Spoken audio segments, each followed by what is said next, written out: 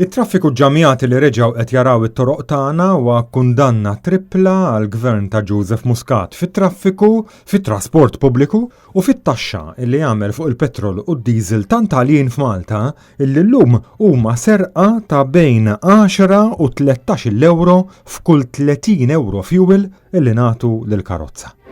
L-ewwel nett, it-traffiku ġġamjat huwa kundanna għall-maniġjar ta' traffiku.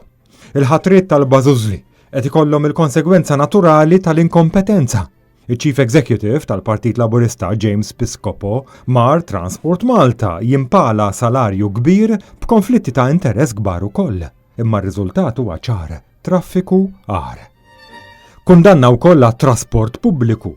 Il-kumpanija Spanjola li l-Gvern ta' Joseph Muscat ta' 430 miljun euro wara żjara korrotta fi Spanja, żjara korrotta skont ir-regolamenti li ħareġ il-Gvern stess għax saret qabel tal-kuntratt. Tant qed titratta li xufiera ħażin, tant naqsitilhom il-ħin bejn vjaġġ u ieħor illi kull darba li jeħlu fit-traffiku, spiss jiġifieri, il-vjaġġ li jmiss ma jsirx fil-ħin jew ma jsir xejn. Il-Gvern ta' Joseph Muscat apparti li qiegħed iżomm lis-sewwieqa u lill-passiġġieri mwaħħlin fit-traffiku, qiegħed ukoll iġielhom jaħlu l-fuel bil-għali minħabba l-prezzijiet tant għaljin illi bihom qed iżomm il-petrol u d-diesel.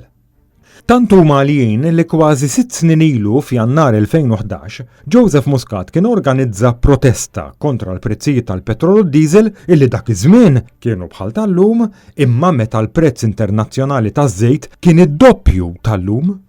Jerġa' f'paragun ieħor, il-prezzijiet tal-fuels f'Malta meta l-prezz internazzjonali taż-żejt kien kif inhu llum fl-2004 kienu il-petrol 83 ċenteżmu ta' euro u d-diesel 66 ċenteżmu meta taqlibhom mill-lira.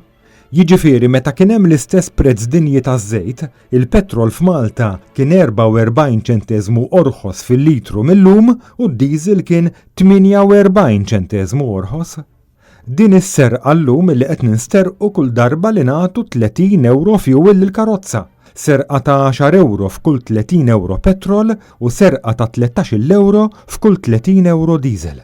Dak x'qed jisraq il-Gvern lilna, għax Joseph Muscat mhux talli ma jħoss xejn minn din is-serqa fil-fuel talli sal-aħħar tal-leġislatura se jkun ta' lilu nnifsu 70,000 euro talli ta' parsi isuq il-karozza tiegħu innifsu.